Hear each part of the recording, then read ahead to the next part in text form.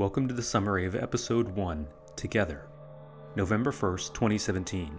Lois Lane is broadcasting live from the International Court of Justice in The Hague, where she awaits the sentencing of Lex Luthor, who has been found guilty of crimes against humanity. As people around the world watch, Lois reminds viewers that Queen Bee was found guilty by the Supreme Court of Bialya 2 months prior and executed.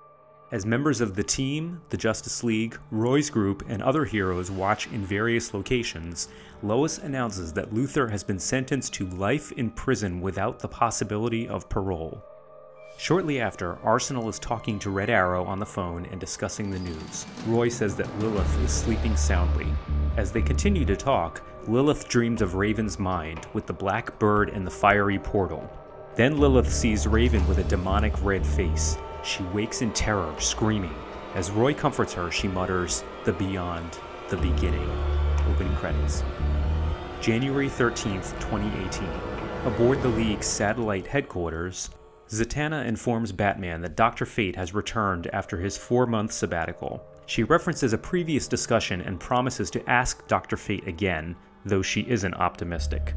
Zatanna approaches Dr. Fate and asks him again to assist Batman in recovering the 4 missing Leaguers from the Phantom Zone. He declines, saying that their banishment doesn't affect the balance between order and chaos. Zatanna yells at him in frustration. Zatanna tells Batman that Fate has agreed to assist. When he asks why Fate changed his mind, Zatanna reveals that she agreed to forfeit her yearly visitation with her father Zatara in exchange for the magical assistance. On the War World, the team is on their final leg of their mission to dismantle all of the battle station's weapons. Batgirl monitors from aboard the bioship and talks to Nightwing over the radio about the team and the League's new status of operating under strict UN supervision.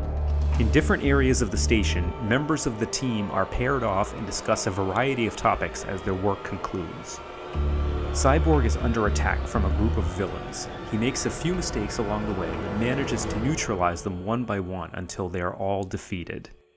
The villains quickly vanish, revealing that Cyborg was fighting a computer-simulated battle as a training session. Dr. Silas Stone, Vic's father, congratulates him on a job well done, but the young man focuses on his mistakes. Silas notes that ever since Darkseid's invasion, Vic's become so serious and self-critical. Vic says that he needs to be better, then adds that he wants to make his father proud. Silas assures his son that he couldn't be more proud, and suggests that Vic get some sleep for the next day's party. January 14th, 2018. At sunrise, Dr. Fate begins using his magic to rescue the 4 heroes. The spell succeeds, and the 4 heroes return, confused but unharmed. Because Fate's spell retrieved them at the moment they vanished, no time at all has passed for them. Batman thanks Fate while Zatanna sadly walks away. On the War World, Superboy and Miss Martian are suddenly attacked by a weapon that materializes. In rapid succession, each pair is attacked while trying to alert Batgirl over radio.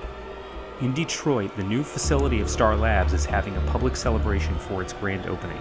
Nicknamed The Tower, the top floors of the building will serve as the headquarters for the Titans.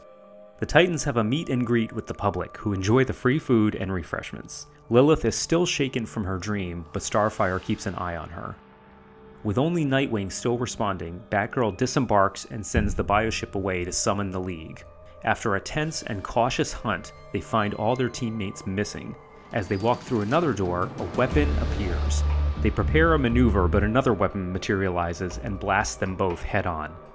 At the tower, the Detroit mayor has finished offering an official welcome to Star Labs and the Titans, and Dr. Stone steps up to make a speech. Mid-sentence, he is shot in the head.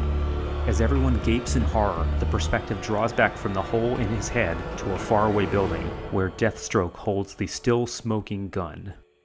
So just a few comments on the first episode. To tie up some loose ends, we start off with an update on the Light. With the Brain, Ra's al Ghul, and Queen Bee dead, and Luthor sentenced to life in prison, the only remaining members of the Light are Vandal Savage and Clarion. In keeping with the theme of togetherness, the 3 main groups are pretty much presented together. With the team, we get some private conversations to catch up with the characters. Batgirl and Nightwing talk about the War World mission.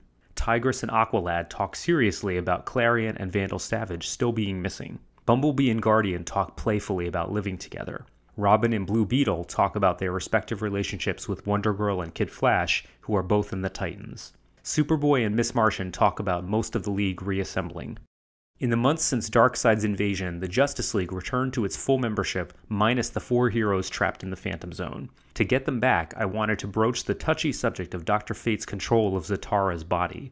We get some reminders that Batman has been the one consistently working to bring back the Leaguers, that Dr. Fate is simply an emotionless protector of order, and that Zatanna's ethics prompt her to give up the most valuable thing in her life, her annual visit with her father.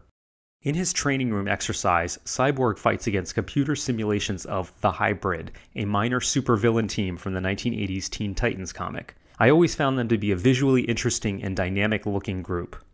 At the founding of the so-called Justice League Detroit in the 1980s, the whole neighborhood joined them for a party. I wanted to reference that with the party at the Tower, which is a combination Titans HQ and Star Labs facility. This is in sharp contrast to the new and restrictive UN regulations now governing the League and the team. In most media portrayals, Cyborg and his father are at odds, but that was not the route I chose. I gave them one final moment of closeness before Silas is killed at the end by Deathstroke. Thank you for watching. Please like and subscribe if you enjoyed this, and look for many more episodes to come. Take care.